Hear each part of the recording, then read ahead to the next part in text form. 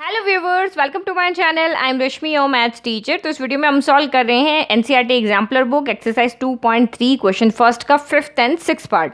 Find the zeros of the following polynomial by factorisation method and verify the relations between the zeros and the coefficient of the polynomial. तो आपने अभी 1 to 4 part अगर solve किए तो ये भी आप इजीली सॉल्व कर पाओगे। तो पहले हम सॉल्व करते हैं यहाँ पे 5th पार्ट। तो किसी भी पॉलिनोमियल को सॉल्व करने से पहले उसको एफ ऑफ एक्स के इक्वल लिखा 2x² प्लस 7/2x प्लस 3/4 यहाँ पे हो गया। ओके, तो हमें रिलेशन वेरीफाई करना है, इसलिए हमने पहले यहाँ पे इसको जनरल इक्वेशन से कंपेयर करके ए बी सी लिख लिया। तो जनरल इक्वेशन हमारी होती है ax² प्लस bx प्लस सी। तो x² का कॉफिशिएंट a होता है तो a हमका यहाँ 2 हो गया। फिर x का कॉफिशिएंट b होता है तो x का कॉफिशिएंट b यानी 7/2 हो गया। कांस्टेंट आपका 3/4 तो 3/4 हो गया। नाउ जीरोस फाइंड करने, तो इक्वेशन एफ एक्स यानी कि इक्वल की जो भी इक्वेशन आपको दी वो इक्वल 0 होनी चाहिए। तो हमने इसको यहाँ पे 0 पुट कर लिया। नाउ इसके फैक्टराइजेशन मेथड लगाते हैं, यानी कि मिडिल टर्म स्प्लिटिंग से इसके फैक्टर्स फाइंड करते हैं।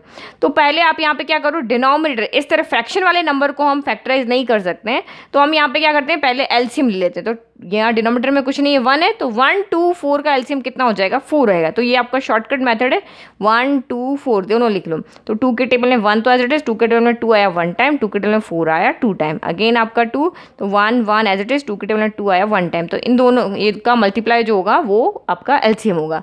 तो यहाँ पे एलसीएम आ गया आपका 4, 1 के टेबल में 4 आया 4 टाइम, तो 4 इंटू 2 8x² हो गया। फिर 2 के टेबल में 4 आया 2 टाइम, तो 7 इंटू 2 14x हो गया। फिर 4 के टेबल में 4 आया 1 टाइम, तो 1 इंटू 3 आपका 3 हो गया इक्वल 0। अब आप क्या करो, 4 को इधर शिफ्ट कर दो, तो ये हो गया 8x² plus 14x plus 3 equal to 0 into 4 हो गया। तो 0 इंटू 4 यानी कि 8x² प्लस 14x प्लस 3, तो 0 इंटू 4 इक्वल में आपका क्या हो गया, यहाँ पे 0 हो गया। अब आपको मिडिल टर्म स्प्लिट करना है, तो मिडिल टर्म स्प्लिट करने के लिए आपको दो नंबर इस तरह से लेने हैं। ओके, तो इन दोनों नंबर का प्लस करने पर, क्योंकि कांस्टेंट का साइन प्लस है, तो प्लस करने पर बी यानी कि अब आप इस इक्वेशन के अंदर देखो, बी आपका यहाँ पे क्या है, तो ये एक्स का कोफिशिएंट यानी कि 14 आना चाहिए, और इन दोनों का मल्टीप्लाई करने पर 8 इंटू 3 यानी कि 24 आना चाहिए। 8 इंटू 3 24 होता है, तो 24 आना चाहिए। अब दो नंबर ऐसे ढूंढ के लाओ कि जिनका सम तो 14 आया और जिनका प्रोडक्ट 24 आया, तो कैसे लेकर आएंगे, 24 के फैक्टर बनाओ। 1 इंटू 24 24 होता है, पर 24 प्लस 1 आपका 14 नहीं होता। फिर 2 इंटू 12, तो 12 इंटू 2 आपका 24 होता है, और 12 प्लस 2 आपका 14 भी होता है। तो हमें वो दो नंबर मिल गए, यानी P2 हो गया और Q आपका 12 हो गया, यानी क्योंकि 12 प्लस 2 आपका 14 हो गया, और 12 इंटू 2 आपका यहाँ पे 24 हो गया। तो ये हमारा रिलेशन वेरीफाई कर रहा है। अब इस 14 की जगह पे आप क्या लिख दो, यहाँ पे 12 प्लस 2, तो ये हमने लिखा 8x², 14 की जगह रखा 12 plus 2 x plus 3 equal to 0। तो अब ये हो गया 8x², 12 इंटू एक्स 12x हो गया, 2 इंटू एक्स 2x हो गया, plus 3 equal to 0। First 2 last 2 में से आपको कॉमन लेना होता है। तो देखो 4 ऐसा है जिसके टेबल में 8 भी आता है और जिसके टेबल में 12 भी आता है, तो हमने 4x कॉमन ले लिया। x यहाँ 2 टाइम 1 टाइम है, तो 4 के टेबल में 8 आया 2 टाइम, x 2 टाइम था तो 1 बच गया।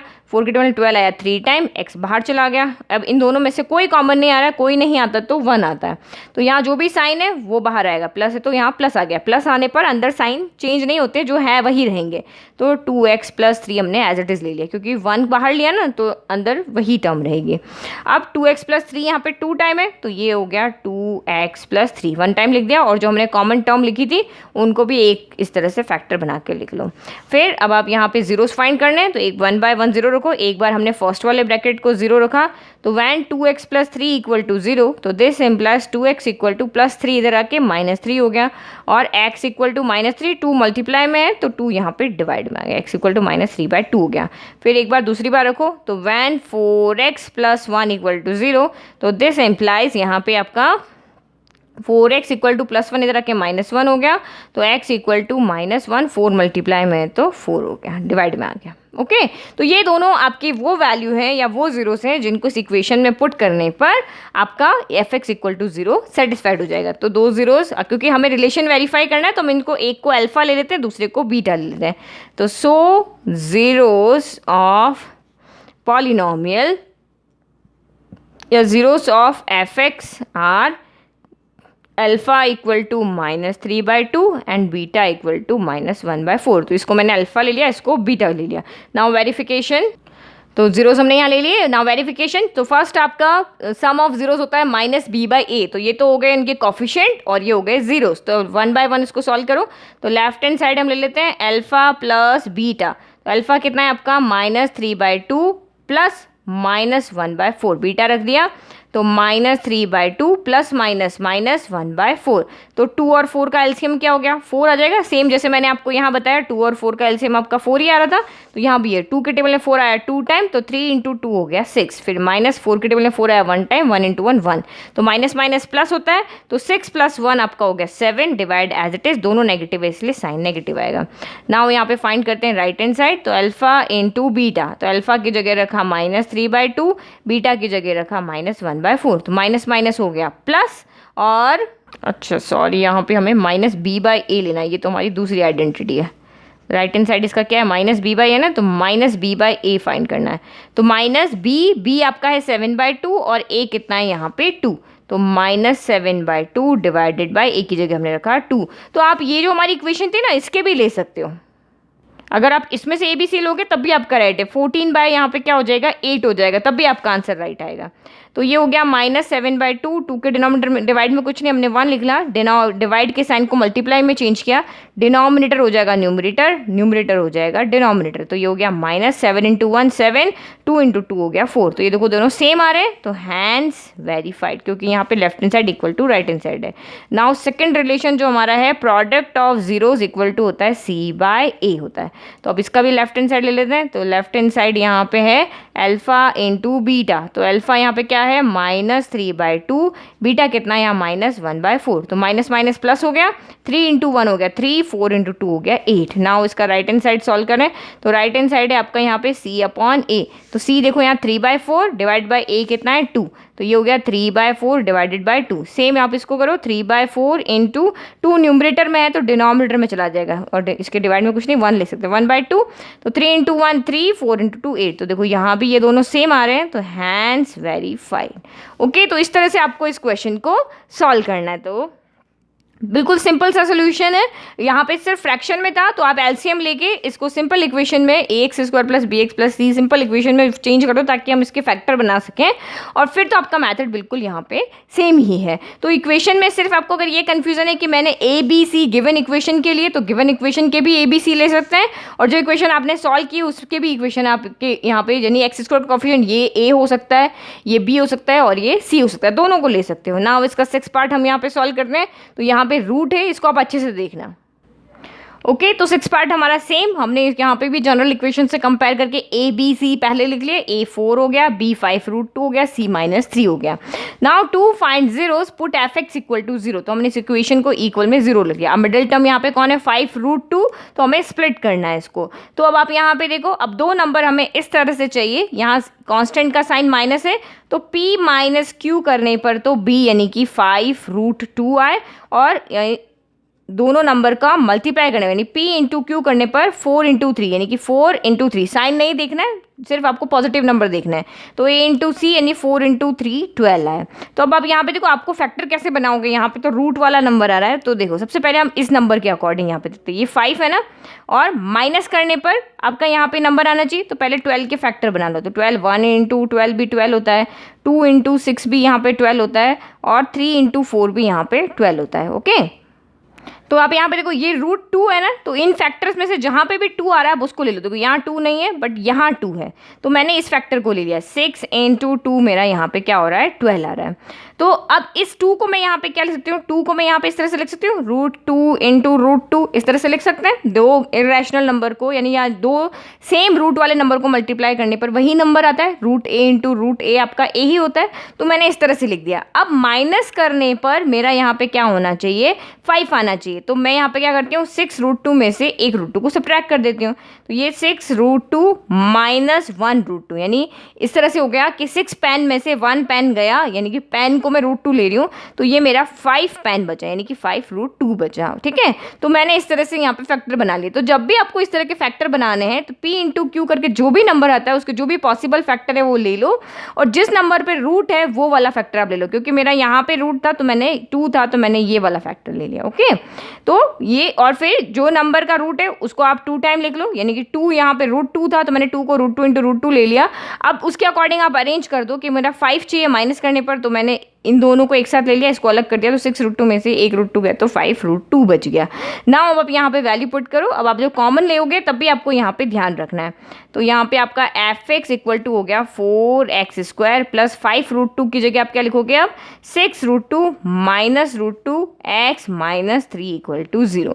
तो अब इस ब्रैकेट को ओपन कर दो, 4x² प्लस प्लस प्लस 6 √2 और x अंदर गया तो x हो गया, फिर plus minus minus √2 into x हो गया माइनस 3 इक्वल टू 0। एक्स अंदर दोनों के पास चला गया। अब फर्स्ट 2 और लास्ट 2 में से आप यहाँ पे क्या करो, कॉमन ले लो।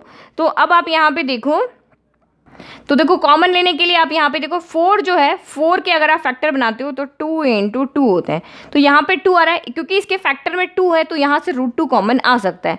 तो मैं यहाँ पे क्या करती हूँ, फिर से इस 2 को क्या लिख सकते हैं, 2 इंटू, इस 2 को मैंने लिखा √2 इंटू √2, यानी कि मैं जैसे यहाँ पे लिख लेती हूँ 4 की जगह मैंने लिखा 2 इंटू √2 इंटू √2 लिख दिया। फिर 6 की जगह, तो 6 की जगह तो मैंने 2 इंटू 3 इंटू √2 लिख दिया।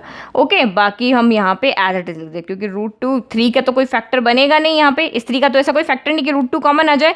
अब आप यहाँ से देखो क्या क्या कॉमन आ रहा है, देखो 2 यहाँ भी है, 2 यहाँ भी है, √2 यहाँ भी है, √2 यहाँ भी है, और यहाँ पे x² भी था तो यहाँ x दोनों में से एक बाहर आ जाएगा। तो जो जो मैंने अंडरलाइन किया वो बाहर ले लो, 2 √2, यहाँ x भी एक बाहर आ गया। अब यहाँ से सिर्फ एक √2 बचा और एक x बचा, यहाँ से आपका क्या बच गया, 3 और x बचा, तो √2x प्लस 3, x तो आपका बाहर चला गया तो √2x प्लस 3 बच गया। अब इन दोनों में से तो हमने कॉमन ले लिया, अब ये 2 बचे, तो माइनस यहाँ पे जो भी साइन होगा, थर्ड टर्म का जो भी साइन होगा वो बाहर आएगा, माइनस कॉमन आ गया। इन दोनों में कोई कॉमन नहीं है, यहाँ x है बट यहाँ नहीं है, ये नंबर √2 है, यहाँ 3 है तो कोई कॉमन नहीं है, कोई कॉमन नहीं तो 1 आता है, बट हमने माइनस बाहर लिया है तो अंदर दोनों के साइन बदल जाएंगे, दोनों आपके क्या हो जाएंगे, यहाँ पे प्लस हो जाएंगे। ओके, तो दोनों ब्रैकेट हमेशा सेम होने चाहिए। तो ये आपका क्या हो गया, यहाँ पे √2x प्लस 3, और ये आपका यहाँ पे जो हमने कॉमन टर्म ली थी वो दोनों को एक साथ लिख दो, 2 √2x माइनस 1 इक्वल टू 0।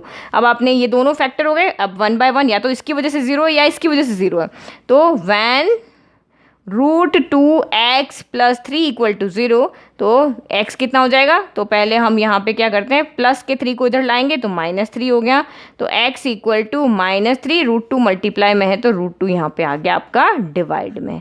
फिर सेकंड इसको लिखो, van 2 √2x minus 1 equal to, अगर 0 है, सेकंड ब्रैकेट अगर 0 है, पहले -1 इधर आएगा तो 2 √2 -1 इधर आके +1 हो गया, तो x इक्वल टू 1, 2 √2 यहाँ पे आ जाएगा डिवाइड में, तो x इक्वल टू 1/2 √2, यानी कि ये दो हमारे उस इक्वेशन के जीरोस हो गए, यानी ऐसी वैल्यू जो इसमें पुट करेंगे तब भी हमारा ये इक्वल जीरोस आएगा। तो अब आप यहाँ पे देखो ये हमारे जीरोस हो गए, तो इसको हम अल्फा बीटा ले लेते हैं। सो जीरोस ऑफ fx आर, एक को मैंने अल्फा ले लिया और दूसरे को मैंने यहाँ पे बीटा ले लिया। अब हम रिलेशन वेरीफाई कर लें, अब हमें अल्फा भी मिल गया, हमें बीटा भी मिल गया, तो हम यहाँ पे रिलेशन वेरीफाई करते हैं। तो क्वाड्रेटिक इक्वेशन में फर्स्ट रिलेशन जो जीरोस और कोफिशिएंट के बीच में होता है वो है alpha plus beta equal to -b/a। तो हमने ए बी सी यहाँ पहले ही कैलकुलेट कर लिए, यानी कि हमने जनरल इक्वेशन से कंपेयर करके पहले ही लिख लिए थे। तो पहले अल्फा प्लस बीटा, यानी कि इस इक्वेशन का लेफ्ट हैंड साइड देखते हैं, तो अल्फा प्लस बीटा, अल्फा क्या है -3/√2 प्लस बीटा क्या है 1/2√2। तो अब आप इनको ऐड करना है, तो √2 और 2√2 का एलसीएम क्या हो जाएगा, 2√2 एलसीएम हो जाएगा। ओके, तो यहाँ पे √2 है बट 2 नहीं है तो 2 पर मल्टीप्लाई हो जाएगा, तो 3 × 2 6 साइन एज इट इज, यहाँ पे 2√2 से 2√2 है तो ये एक ही रहेगा। तो माइनस प्लस माइनस, तो 6 में से 1 गया तो 5 बचा, डिनोमिनेटर एज इट इज, लेकिन साइन यहाँ पे आएगा नेगेटिव क्योंकि 6 बढ़ा है।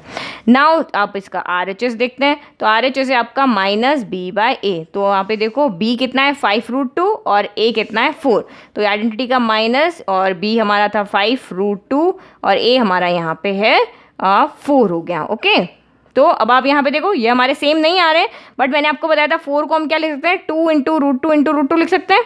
तो यहाँ पे आप लिखो -5√2 4 की जगह हमने लिखा 2 इंटू रूट 2 इंटू रूट 2, इस तरह से लिख सकते हैं। रूट 2 से ये वाला रूट 2 कैंसिल हो गया, तो -5 अपॉन ये क्या बच गया 2 रूट 2। तो देखो दोनों सेम है, तो ये हमेशा सेम आने चाहिए। तो अगर आपको लग रहा है कि ये नहीं सेम आ रहे हैं, तो ये इस तरह से सॉल्व करके इसको सेम लेकर आना है, ये हमेशा वेरीफाई होगा रिलेशन। तो यहाँ पे left hand side equal to right hand side है, तो हैंस वेरीफाइड। फिर नेक्स्ट वेरिफिकेशन यहाँ पे हम करते हैं सेकंड वाला, जो कि हमारा है product of zeros equal to c by a. तो आप प्रोडक्ट यहाँ पे देखो, alpha into beta, value put करो। अल्फा कितनी है -3 बाय रूट 2 और बीटा कितना है 1/2 रूट 2। तो ये 3 इंटू 1 3 हो गया, माइनस एज इट इज। फिर देखो 2 इंटू रूट 2 इंटू रूट 2, तो ये रहा 2 into root 2 into root 2, 2 into 2 हो गया, 2 इंटू 2 हो गया 4, तो ये हो गया -3/4। अब यहाँ देखो सी अपॉन ए, तो ये तो हमारा हो गया LHS और ये हमारा यहाँ पे हो गया RHS। तो C कितना है यहाँ पे -3 और A कितना है 4, तो ये हो गया आपका -3/4। तो यहाँ भी लेफ्ट इक्वल टू राइट आ रहा है, तो हैंस वेरीफाइड। तो वेरीफाई हमेशा होगा। अभी देखो हम 10 पार्ट करेंगे इस क्वेश्चन के और सभी जगह ये हमारा ये रिलेशन वेरीफाई होगा। तो आई होप आपको दोनों पार्ट अच्छे से समझ में आए। अभी भी अगर कोई डाउट है तो प्लीज़ कमेंट बॉक्स में कमेंट करें। सिर्फ रूट वाले के लिए, मिडिल टर्म स्प्लिट करने के लिए थोड़ा सा आपको यहाँ पे ध्यान रखना है, कैलकुलेशन करके आपको यहाँ पे देखना पड़ेगा।